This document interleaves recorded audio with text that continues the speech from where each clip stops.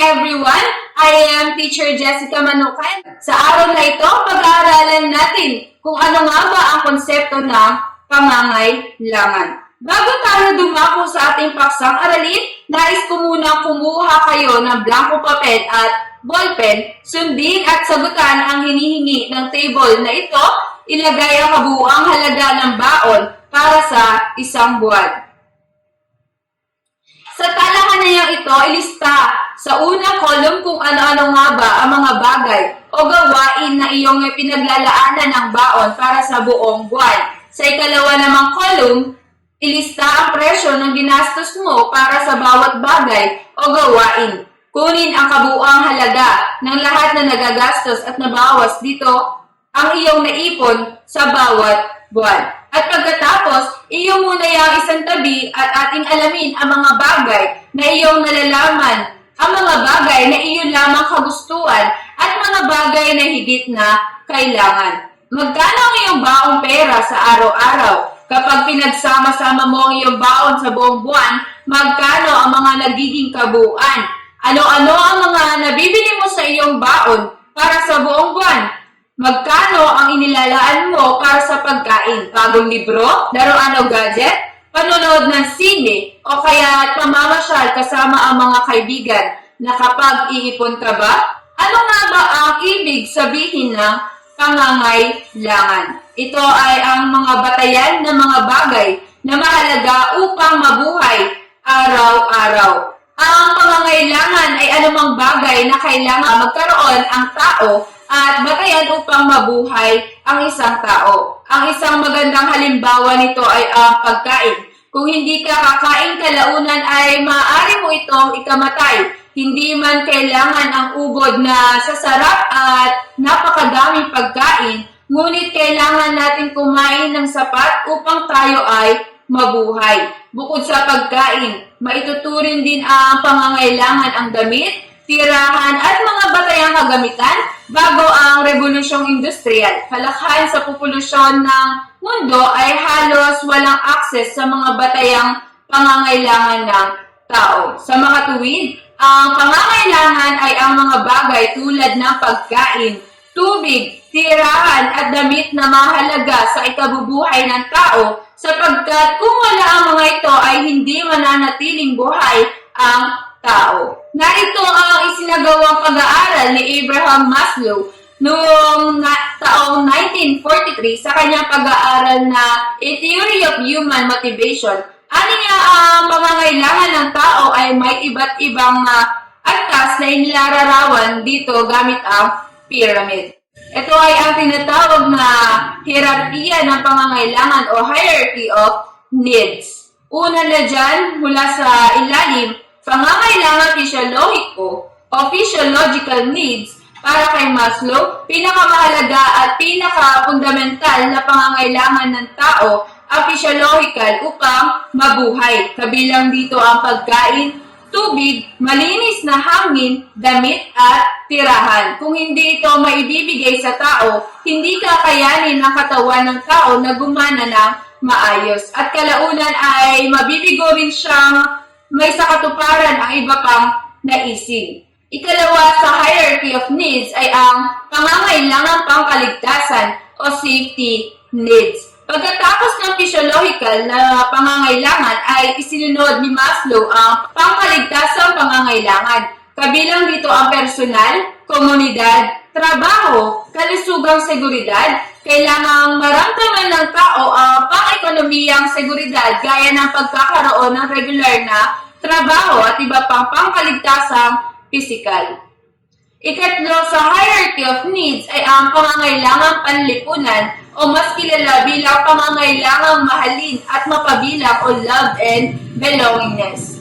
Ang ikatlo ay ang pangangailangang mahalin, magmahal at mapabilang. Kailangan mapanatili ng tao ang maayos na relasyon at pagmamahalan na maaaring magmula sa pakikipagkaibigan, romantikong relasyon o pag-ibig mula sa pamilya.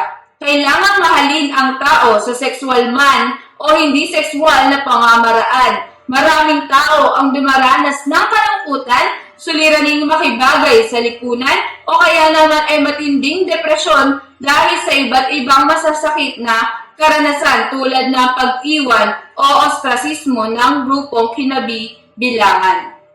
Ika-4, pangangailangan ng pagkilala at respeto o esteem. Lahat ng tao ay kailangan makaramdam ng respeto mula sa kapwa, liban pa sa pagpapahalaga at respeto sa sarili. Nakapaloob dito ang natural na kagustuhan ng tao na tanggapin at pahalagahan ng iba. Ito rin ang nagbibigay sa tao ng pakiramdam ng kontribusyon at halaga sa mga taong nakapaligid sa kanya at sa buong lipunan. Halimbawa niyan ay ang karaniwang pinapahalagahan ng tao ang kanyang propesyon o anumang bagay na makapagbibigay sa kanya ng katanyagan upang makakuha ng respeto o pagpapahalaga mula sa iba.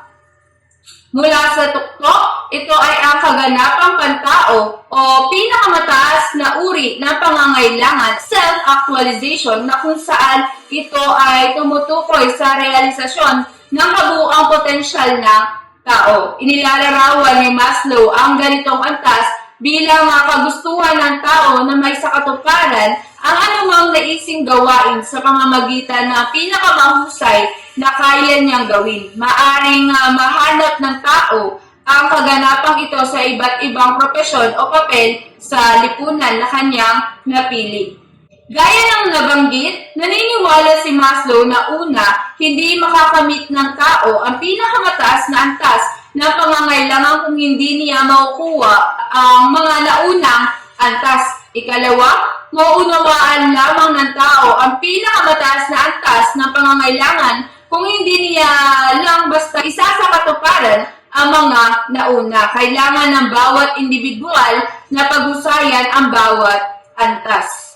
Ang NAPC o National Anti-Poverty Commission ng Pilipinas ay nagtatayo ng 10 batayang pangangailangan na kailangan matamasa upang mapuksa ang kahirapan ng bansa. Naniniwala ang NAPC na nauugat ang kahirapan sa Pilipinas sa dalawang dahilan. Una, underdevelopment o kakulangan sa pagpapaunlad ng agrikultura ng bansa. Ikalawa, inequality o ang malayong agwat ng mga mayayaman at mahihirap na Pilipino bunsod ng hindi makatarungang pagkakabahagi ng yaman. Dahil dito, nagsagawa ang NAPC ng hakbang upang balangkasin ang 10 batayang pangangailangan. Una na dyan ay ang pagkain at reformang agraryo. Tinutukoy ng NAPC o National Anti-Poverty Commission ng Pilipinas na bilang ugat ng kakulangan ng seguridad ng pagkain na kahirapan ay mababang produksyon ng agrikultura. Upang malutas ang suliraning ito, kailangan bigyan ng kapangyarihan at suporta ang mga magsasaka, maging ang kanilang lokal na komunidad upang mapayabong ang produksyon ng agrikultura. Ikalawa, tubig. Ang tubig ay isa sa mga mahalagang pangangailangan ng tao. Isa rin ito sa mga pangunahing kailangan ng tao upang mabuhay. Ang kawalan nito ay maaaring magdulot ng kawalan sa iba pang batayang pangangailangan, gaya ng pagkain at maayos na kalusugan. Ikatlo, ang paninirahan. Ayon sa NAPC, hindi lamang ang pagkakaroon ng masisilungan ang sagot upang matamasa ang pangangailangan. Hindi lang porket ikaw ay may bahay, nakuha mo na ang pangangailangan sa paninirahan. Bagkus, siguraduhin mo na ang iyong pook ay tinitirahan ay ligtas, may seguridad, kapayapaan at dignidad. May isinasagawang programa ang pamahalaan na pabahay upang matugunan at matulungan ang mga Pilipino upang may ligtas sila na panunuluyan. Ika-4, ang trabaho. Sa panahon natin ngayon, marami pa rin Pilipino ang nananatiling walang trabaho, nangangailangan ng may sapat na trabaho o walang katiyakang trabaho. Dagdag pa dyan ang mga bagong teknolohiya upang mapabilis ang paggawa ng kalakal at hindi na kailanganin ng mga lakas na paggawa. Nakakadagdag siya ng antas at tumataas yung bilang ng ating mga unemployment. Ikalima, sa 10 batayang pangangailangan ay ang kalusugan. nakasaad ang karapatan ng mga mamamayang Pilipino na magkaroon ng maayos na kalusugan, gayunpaman dulot rin ng kahirapan na nanatiling marami pang hindi natatamo ng karapatang ito. Nagsasagawa ang pamahalaan upang matugunan ito sa pagpapatupad ng insurance program at pagbibigay ng abot-kayang pangangalagang pangkalusugan, kabilang na dyan ang sapat na pagkain, ligtas na inumin at malinis na kapaligiran. Ika-anim, edukasyon. Malinaw na malaki ang gampanin ng edukasyon sa nagiging pananaw at panlasa ng tao sa isang bagay, gaya ng pagkain, uri ng kasuotan, gamit o maging lugar na titirhan. Ang pangunahing dahilan kung bakit hindi nakapagtutuloy ng pag-aaral hanggang kolehiyo ang ilan sa mga Pilipino ay ang kahirapan. Sinisikap ng pamahalaan na makatulong upang makapag-aral ang kanyang mga nasasakupan tulad ng pagpapatayo ng mga paaralan at pagtanggal ng tuition fee sa mga state universities. Ikapito, ang pangangalaga ng panlipunan. Tumutukoy ito sa pangangalaga sa mamamayan sa kabila ng kawalan ng trabaho, sakit, pagtanda o iba pang fenomenong hindi nakokontrol ng tao. Mayroong ahensya na itinalaga ang pamahalaan para sa mga manggagawa sa pribadong sektor. Ito ay ang Social Security System o SSS. Para naman sa mga manggagawa ng pampublikong sektor, ito naman ay ang ahensya ng GSIS o Government Service Insurance System. Ikawalo, ang malinis at ligtas na kapaligiran. Pumapatungkol naman ito sa pangangailangan ng mga mamamayan na mamuhay sa ligtas na kapaligiran. Saklaw nito ang pagpuksa sa climate change at iba pang banta ng kalikasan. Tinutugunan ng pamahalaan ang suliraning ito sa pamamagitan ng mga aksyong nangangalaga sa kalikasan gaya ng reforestation at labis-labis na paggamit ng likas na yaman. Ika-9, ang kapayapaan. Sa kabila ng pagsisikap na nakakarami na puksain ng mga krimen at mga pagtutunggalian, marami pa rin ang banta ng kaligtasan.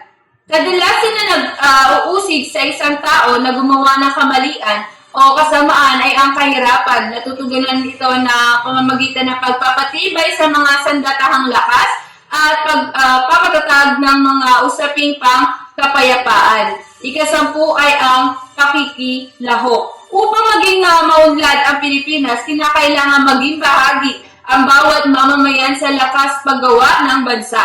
Kailangan niya makilahok upang mapalawig ang sektor ng kanyang kinabibilangan. Ano nga ng kanyang kasarian o katayuan? Ngunit upang maisakatuparan, ito kailangan magsimula ang suporta at paglinang mula sa pamahalaan. Yun lamang para sa araw na ito. Goodbye everyone!